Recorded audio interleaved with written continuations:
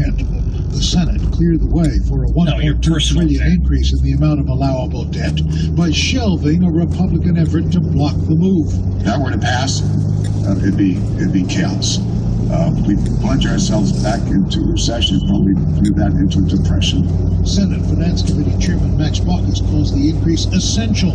Republican leader Mitch McConnell says it's just adding more debt on the national credit card. Vic Ratner, ABC News at the Capitol. Good job. I sounded pretty good there. You did sound pretty good. You sounded awake, alert, much more.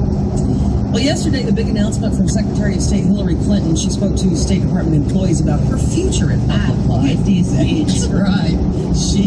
Will she stay or will she go? I think after 20 years, and it will be 20 years, of being on the high wire of American politics and all of the challenges that come with that, it would be probably a good idea to just find out how tired I am.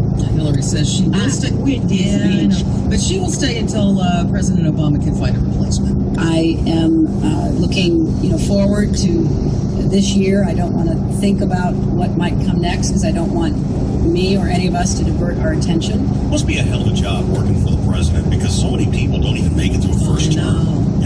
Hillary's not even through her first term as Secretary of State, and she's already wanting to get me out of here. Yeah. You look at all the crap that she did put up with, like her husband. And now 3 years into the gig, she wants out. It must be awful. Well, and even Condi moved from one appointment to the other, I think, seemingly less travel.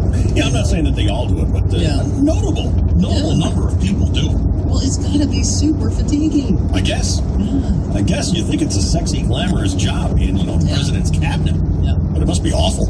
Evidently. And then all those thousands of passengers aboard the cruise ship that went down on the Italian coast, now they're being offered money for their troubles. ABC's Tom Rivers has the offer. The parent company says it's willing to give passengers $14,500 apiece to compensate for things like this. It's not happening. It's not happening. The psychological trauma incurred in the lifeboats. The firm's also willing to reimburse the full cost of the cruise, travel expenses, and medical costs. But some passengers may decide there's more to be gained through the courts. Yes, probably all of them. Right. And it's like 3,206 people from 61 countries. They're going to get so soaked on this thing. Oh. Well, he did crash the ship.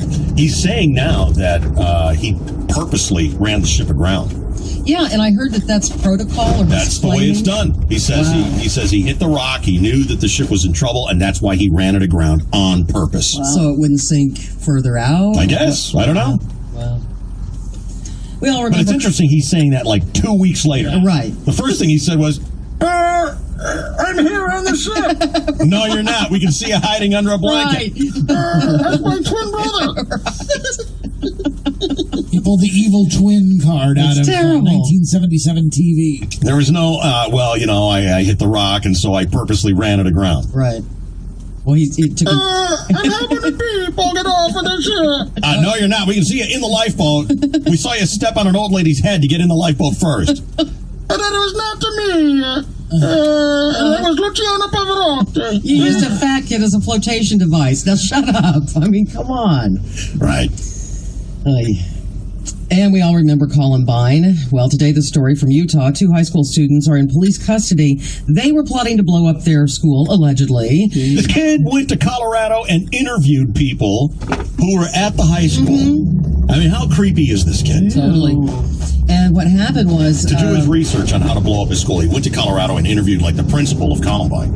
And thank God, 16-year-old Bailey Gerhardt showed authorities text messages from one of the students and foiled the plot. What number is this? 9. Number 9. Dante Attulo was building a shed at his home outside Chicago. He was firing his nail gun when one whizzed by his head. That's or really so he old. thought. His girl. What? Am I playing the wrong one? Yeah, that's old. That's from days ago. What am I supposed to be playing? Number 9 from today. Well, that's number 9 from today. Well, look, number 9 from today just changed. Oh! People that he really cared about, he texted and said, if I told you not to go to school on this certain day, would you not go?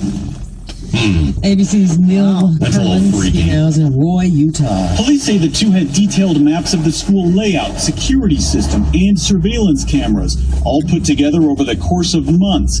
And amazingly, they say the teenagers logged thousands of hours on flight simulator programs in order to teach themselves how to fly. They want to be able to get away. God. All right, listen, we got a break. We got round 2 of the Crackpot News.